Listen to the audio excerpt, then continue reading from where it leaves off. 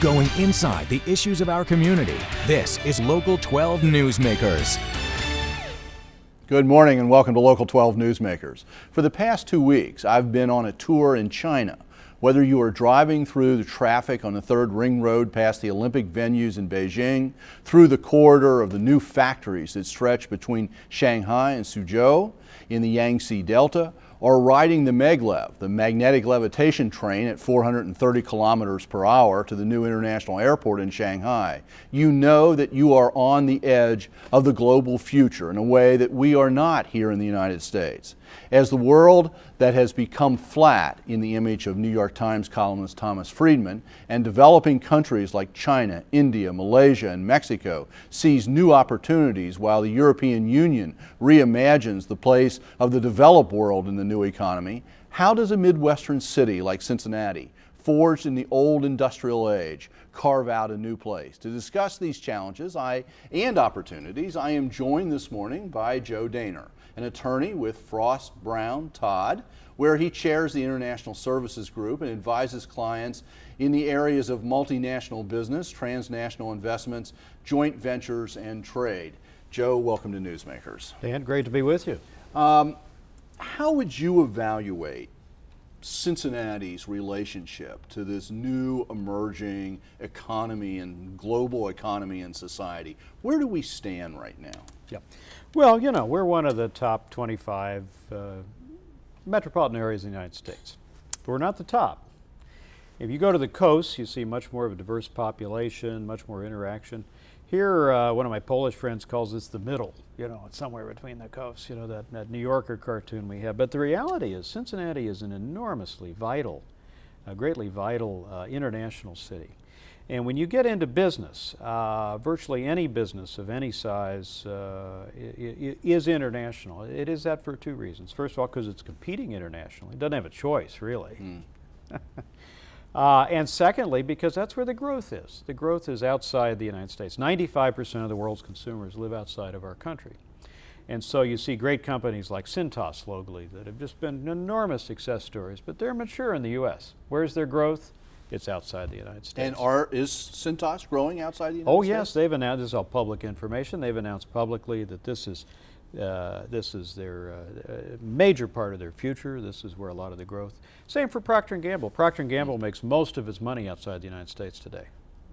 And that's great for our region and great for the people of Procter & Gamble. From a lawyer's point of view who works in this area, one of the things certainly heard a lot about in places like China is the problem of working in a legal system that is different than ours, but maybe doesn't protect business interest and property rights in the same way. Where are we on those kinds of issues, and what's the ability of companies to have confidence in the investments they make? Well, you have to pick and choose. With Europe, it's just like here. It wasn't true always. Taiwan 25 years ago, Dan, was the #1 pirate in the world. You know, you didn't want to risk your intellectual property in Taiwan. Today, no problem. Why is that? That's because Taiwan businesses really formed to the point they insisted of their own government that they protect rights. Now, the same thing's going on in China. There have been interesting rulings out of the Supreme Court of China, we cover this on a weekly basis, that protect intellectual property rights, not because foreigners want it, because that's the only way Chinese society is going to develop. I mean, they have property rules, they've adopted all the basic intellectual property laws that we have. The challenge is to enforce them. After all, Mao got rid of all, he did what Shakespeare talked about. He didn't kill all the lawyers, but he killed all the law schools. There were literally no lawyers produced for decades. But in the last 20 years, there have been about 100,000 lawyers a year produced, and they're sitting on courts. Two of the members of the Supreme Court of China are Harvard law graduates. So, you know, China's evolving. China's a young country in our sense, ancient country compared to ours, you know, right, historically. But on the legal scene, it's evolving very quickly. And can you have total confidence? No. You protect yourself, you take care, you hire good counsel there and here, and you protect yourself. But you make money in China. A lot of companies are doing it. What's the biggest challenge that Cincinnati specifically, or a Midwestern, a mid-place like Cincinnati, what's the biggest challenge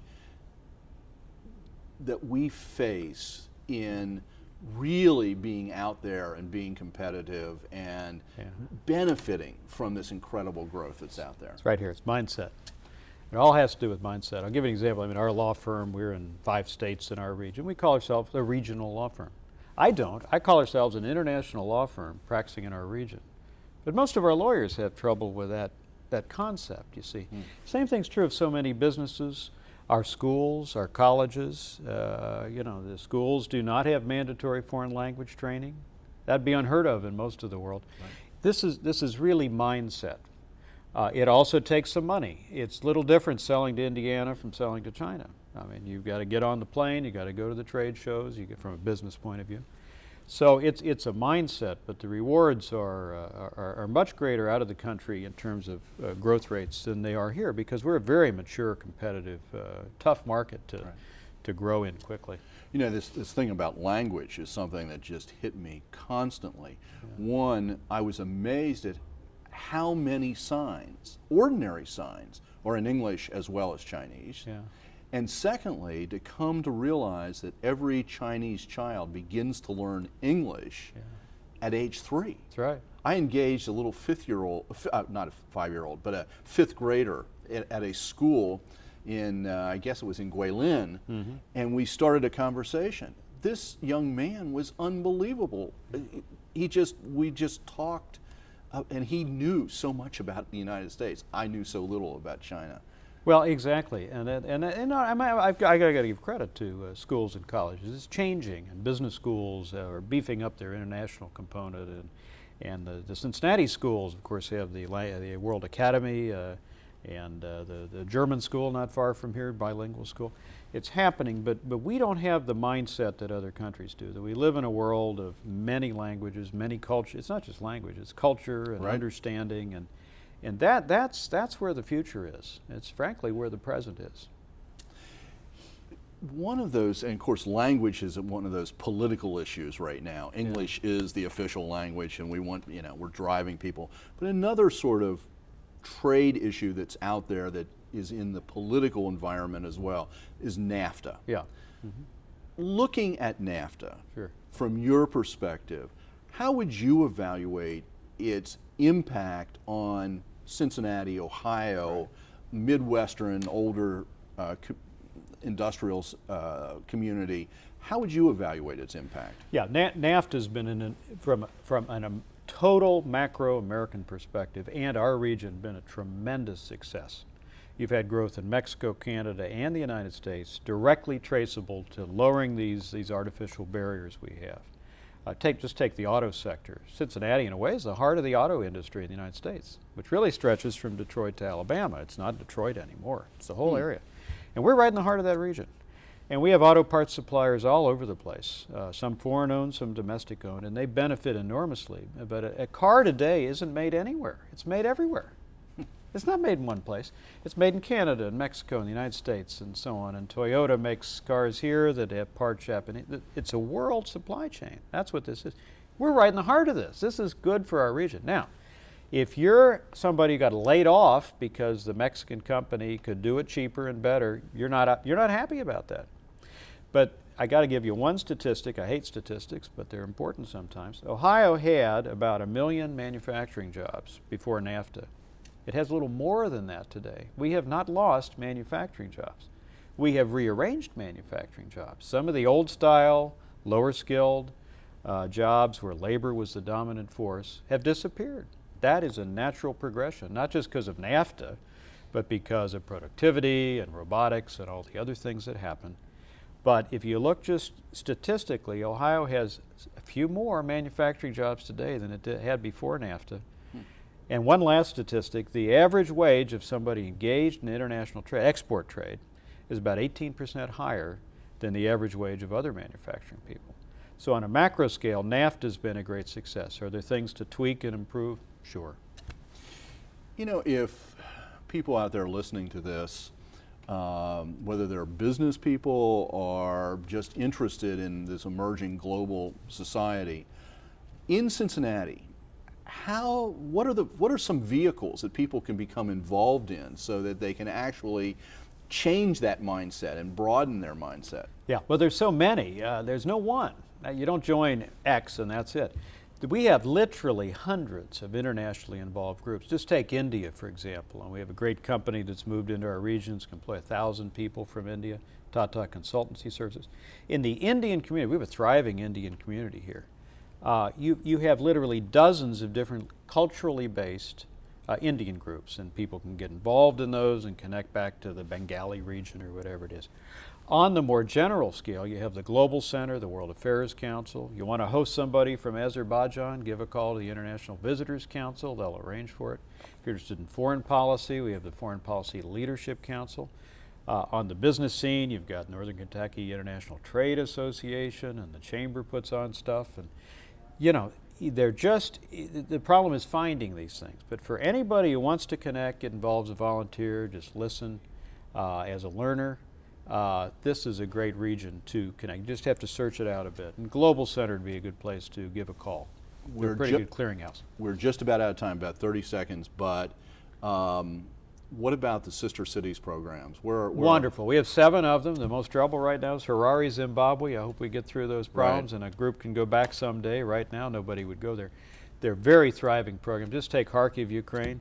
Yes, we've had, I think, seven marriages out of it, 6 children. We're doing fine. Joe, thank you very much, and thanks for the work you do on international. Thank you, Dan. Thanks for what you do.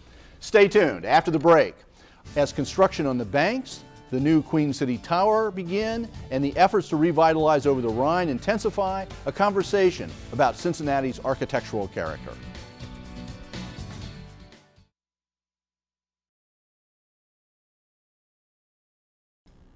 Welcome back. It's hard to imagine anything that has more influence on establishing the character of a community than its architecture. It is impossible to understand Cincinnati apart from the Suspension Bridge, Fountain Square, Union Terminal, or the planned suburbs of Glendale, Marymount, and Green Hills. As Cincinnati moves forward on the banks, redeveloping over the Rhine, and the development of new suburban communities, we should be especially conscious of how what we do today impacts what we become in the future. Several weeks ago, the Society for Architectural History held its annual convention in Cincinnati. That meeting brought one of the keenest observers of Cincinnati architecture back to town. I am very pleased to be joined now by architecture writer and critic Jayne Merkel. Jayne grew up in Cincinnati, served as the architecture critic for the Cincinnati Enquirer, and now lives in New York City, but was the co-author of a recent book, Architecture in Cincinnati, and a study of the career of Eero Saarinen, the architect of the St. Louis Arch and many other important landmarks. Jayne, welcome to Newsmakers. Welcome back to Cincinnati. Well, it's great to be back. It's really terrific. As you look around Cincinnati right now, I mean, there is some significant work going on in several different places. Fountain Square recently redone, some real activity in over the Rhine, and of course, our constant talk about the banks. Right. And we are finally putting a spade in the dirt, so to speak. What do you see about the dynamic architecturally of what's going on in Cincinnati right now? Well, I mean, obviously, Over the Rhine is finally getting going in the way that it ought to, block by block by block. You know, it's an enormous area. When it was named an historic district, it was, I believe it's the largest Italianate district in the United States. That's right. And that sounds like a great idea. It's a big district. But when you make a district too large, you can't redevelop the whole thing. And so there would be a little pocket here and a little pocket there. You really have to do it in small increments. And working from Central Parkway, where it's adjacent to the downtown, makes a lot of sense to me. Yeah, with 3CDC's energies right now, starting out at the Parkway, moving north on the Gateway project, and some new construction, mostly renovation, it does seem to be that there's a critical mass that allows it to start moving forward. And I like a mix of the new and old. I mean, that's what a vital city is. I mean, you don't want to really make the whole area a museum. You really want it to be, you know, have a sense that this is the 21st century that we're redoing things in. What about what you hear about the banks? I mean, in Cincinnati, this is headline, top of the TV news at night for a decade now, and we're finally, as I said, starting to move forward. Based on what you know about the banks, What's your observation? That's a huge area Well, too. you know, it's interesting because Cincinnati started there. I mean, of course, it started on the river. It was a river trade post, and then, you know, a whole river economy.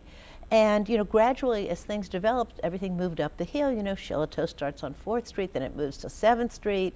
And our new skyscrapers are now, and remember when the Kroger building was built, it was on the northern edge. Then when we did the 64 plan, we suddenly had, going back to the 4th, 5th Street area, moving east where there had been substantial development in the late 19th century.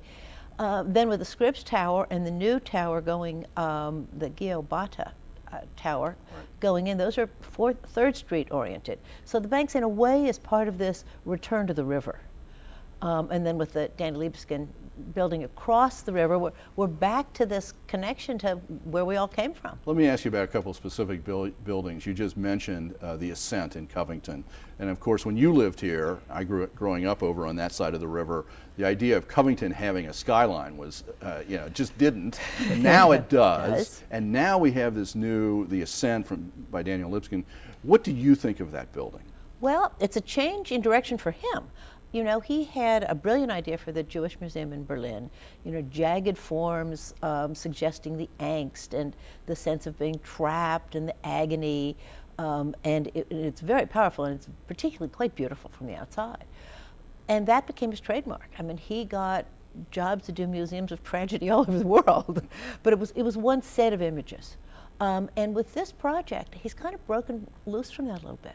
Partly in order to give good views with the other buildings nearby and the suspension bridge, he's created a kind of spiral. So it's a sort of it's a whole new direction. And I haven't been in the apartments yet. I did go to see the McAlpin, but I haven't had a chance to go into those yet. But it's quite clear that this is really site specific. It's really for that exact place. So I think and it's exciting to see this glittery thing. One of the things he says is that it's the spiral is not only to create the views, which it certainly does, but it also sort of echoes the arch, the curve of the suspension bridge and the wires that hold up the suspension bridge. There's something that I love the building, and because it's different and it stands out so much, I think it's such a great statement. Well, and also, of course, the river curves there, right? And the hills curve around it, and so you know there are a whole series of curves. Now, the other building that you just mentioned, what's going to be the Great American Building Yes. down on 3rd Street. We did a portion of the show when that was announced a couple months ago. One of the things about that building is now going to be the tallest building in Cincinnati. What do you think of that building? How important is it that it's taller than the Carew Tower in your mind? Well, you know, many cities had the idea that there was one tall monument and nothing should ever be taller. In Philadelphia, it was the statue on top of City Hall, and now we have half a dozen buildings in Philadelphia that are taller. I mean, time doesn't stand still. And the Carew Tower skyline area is, you know, very appealing, and it is kind of a gestalt of Cincinnati, but this is far enough away that it won't really take away from that. It'll create sort of a third peak, you know, the Procter & Gamble corner and then this corner and the Carew Tower. So in a sense what it'll do is spread the height on the skyline.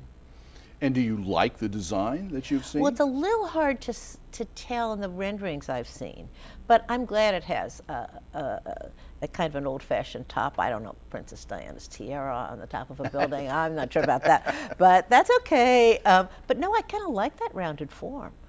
The Cincinnati, and I heard your paper at the conference, Architectural Historians Conference, and one of the things that you emphasize, and something that I love to delve into myself, is the history of planning in this community. That Cincinnati loves to plan.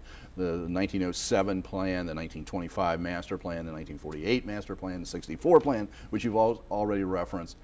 And then we went through a period where we got rid of the planning department, and we've brought that back, thank goodness.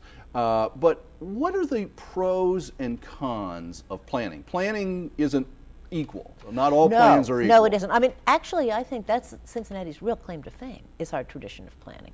And yes, it was a little strange to get rid of the planning department, but actually the plans in this city were made by a combination of government, official, and business leaders. They have always been even in very early days, before anybody talked about public-private partnerships, they really were public-private partnerships. They were a community effort on the part of people from different kind of walks of life. Maybe in some cases not as many walks of life as they might have been. I mean, I remember the 64 plan didn't have any shoppers. Now, it may seem a little silly to say that, but one of the things was to try to get shopping, stimulate department store and shopping, and so you probably should have had some housewives from various parts of the city, the people who did most of that shopping, you know, saying what they would have liked and so forth.